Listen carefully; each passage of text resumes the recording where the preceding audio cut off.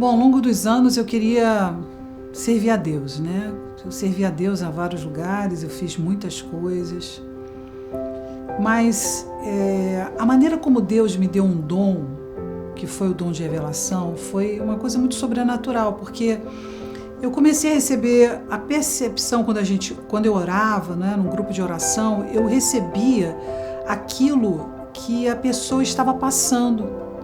Eu chegava para a pessoa e falava, olha, Deus está me mostrando isso. Eu não orava em línguas, era para mim muito simples. Eu olhava para aquela pessoa, eu começava a orar dentro de mim e Deus me mostrava o que aquela pessoa estava passando, o que ela tinha que fazer, e aí eu não sabia o que fazer com aquilo. No início, nas reuniões de oração, eu comecei a falar sobre isso. Aí eu entrei em encrenca, porque revelação é uma coisa que todo mundo quer, mas quando as pessoas recebem a revelação, dependendo do que está sendo falado, elas não gostam. Eu tive uma situação de aprendizado a entender como Deus ele iria me trazer a como usar isso. Eu andava no meio da rua e via as pessoas e Deus me mostrava coisas sobre essas pessoas. Então eu queria parar todo mundo para falar sobre aquilo que eu estava vendo.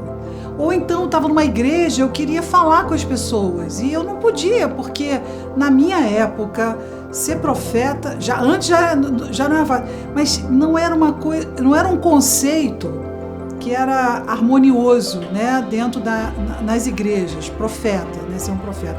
E eu venho realmente da Igreja Batista, que tem uma visão um pouco, né, mais fechada em relação a isso. Então nem eu mesma acreditava em mim mesma, eu achava que era uma coisa muito esquisita. Eu não sabia, não tinha ninguém como referência, então o que eu fiz foi esconder. Eu escondia. Eu sentava com a pessoa, Deus me mostrava uma coisa, eu tentava falar com ela assim, depois eu saía de perto dela, ela ia se tocar que tudo aquilo que eu tinha falado, eu estava falando sobre ela. Mas eu conversava, assim, jogava, não tinha nenhuma convicção para falar, até porque eu me achava esquisita. Até um dia que eu fui para São Paulo, eu fui num encontro e um homem de Deus passou por mim, um profeta, e disse, eu gostaria de orar por você. Eu falei, falou isso, não fala duas vezes. Ora, preciso muito da sua oração. Essa pessoa virou para mim e falou assim, olha, Deus está me mostrando que você não tem convicção, que você tem medo. Eu falei, eu não ter convicção? Comecei a querer me justificar com o profeta. Mas aquilo foi tão difícil para eu aceitar. Como eu não tenho convicção? Eu estou dando minha vida para Jesus. Nossa, eu ajudo os pobres, eu ajudo as pessoas. Como é que pode? Eu fiquei muito chateada com aquilo, mas de volta, dentro do avião, Deus começou a falar comigo. Foram 2 semanas de Deus falando profundamente comigo. Realmente era uma covarde, uma pessoa que eu não queria, por ser diferente, assumir o fato de que Deus tinha me dado, né, o dom de revelar a vida das pessoas. E isso foi muito difícil para mim. Depois de 2 semanas, eu tomei uma decisão, liguei para os meus pastores na época e falei, olha, eu tenho esse dom, eu vou te mostrar. E comecei a revelar a vida da pessoa toda, e depois revelei dos outros, depois revelei todo, e a partir de agora, eu nunca mais vou me esconder nesse dom. A partir dali, eu comecei a fazer revelação direto e simplesmente não me importar mais com o que as pessoas iam pensar.